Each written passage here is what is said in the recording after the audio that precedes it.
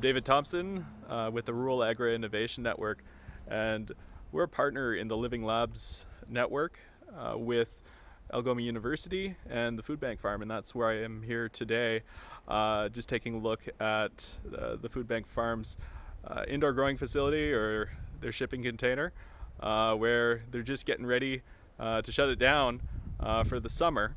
And so we had an opportunity to come out and talk to Colin Templeton, who's going to show us a little bit more.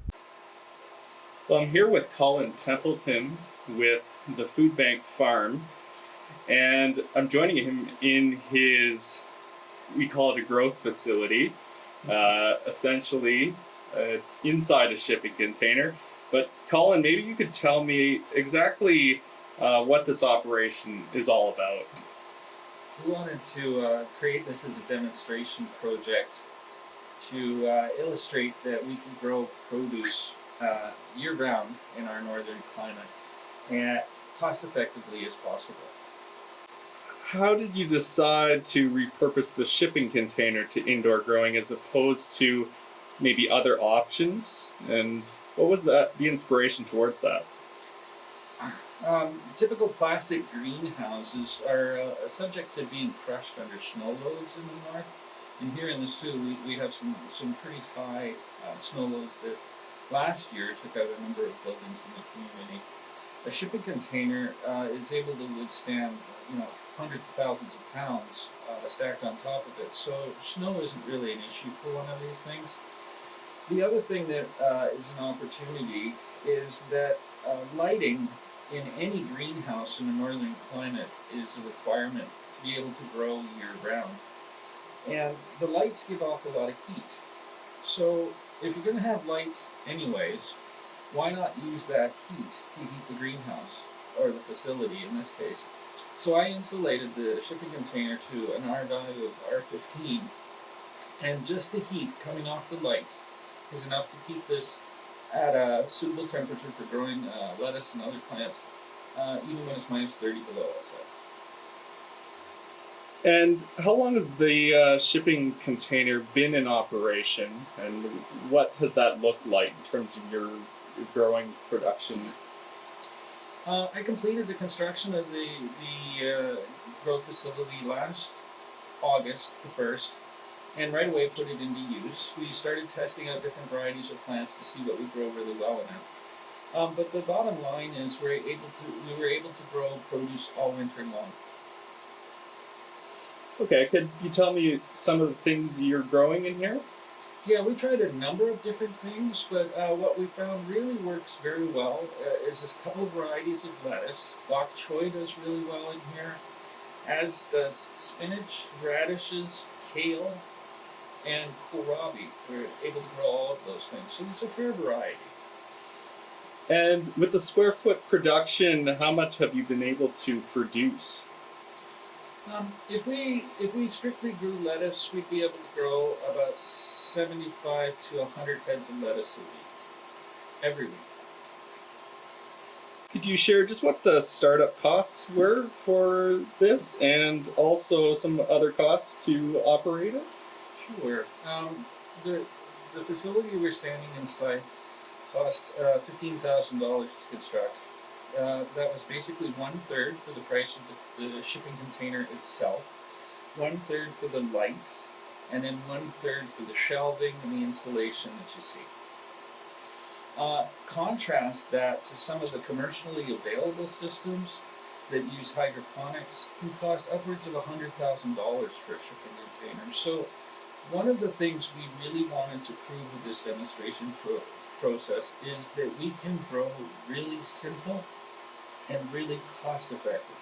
So the facility uses about $5 a day of electricity to operate. So it's not hugely expensive. Could you tell me a little bit more about this guide that you're developing around this operation? Yeah, one of the things with the demonstration project was we wanted to prove to people that this is incredibly simple to do. Because as I had mentioned, a lot of the commercially available systems that exist use fairly technically complex hydroponics which not only are they expensive to construct, but they're also very labor intensive to operate.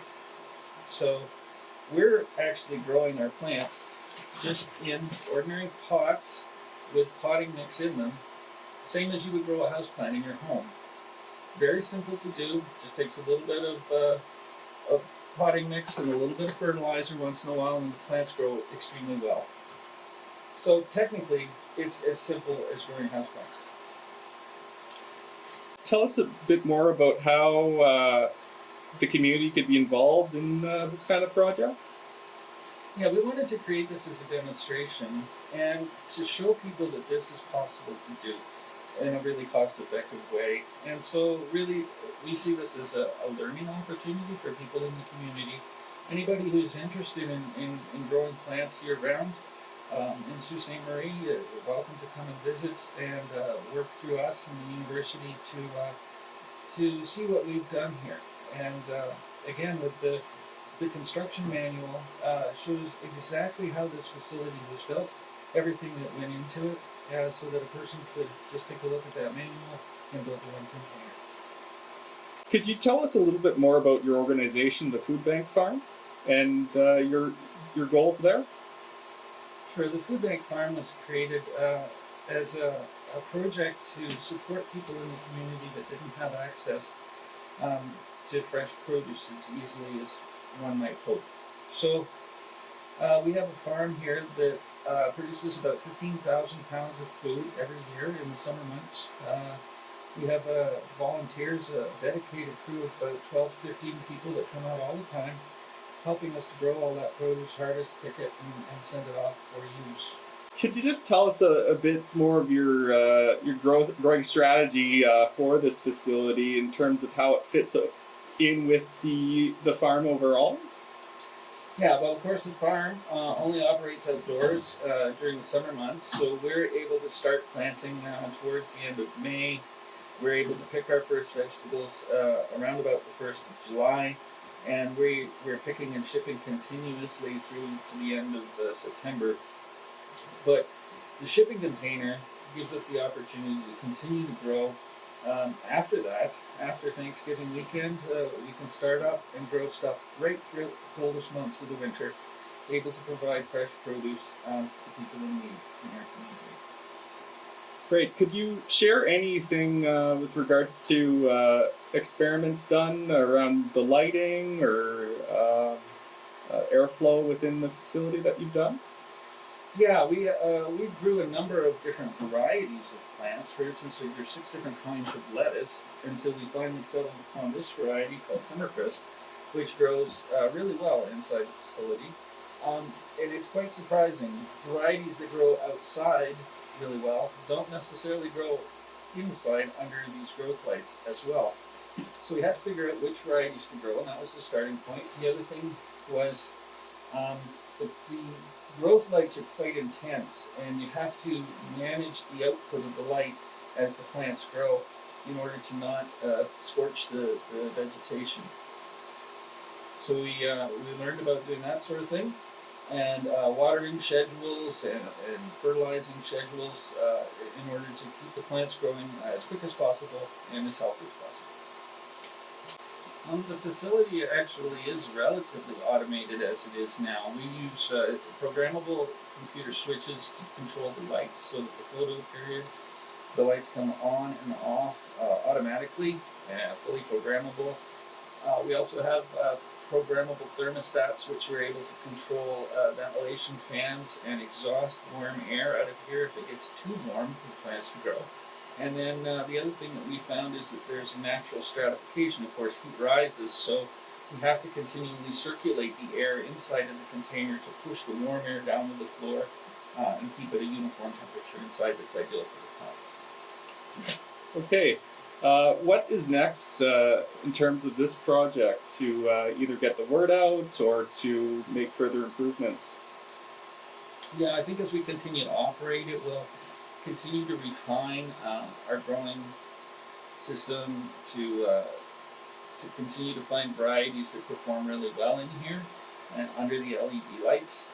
But the main thing we'll do is work with Algoma University to get the word out about this project and provide opportunities for people to come and take a look if they wish to develop something similar in their community.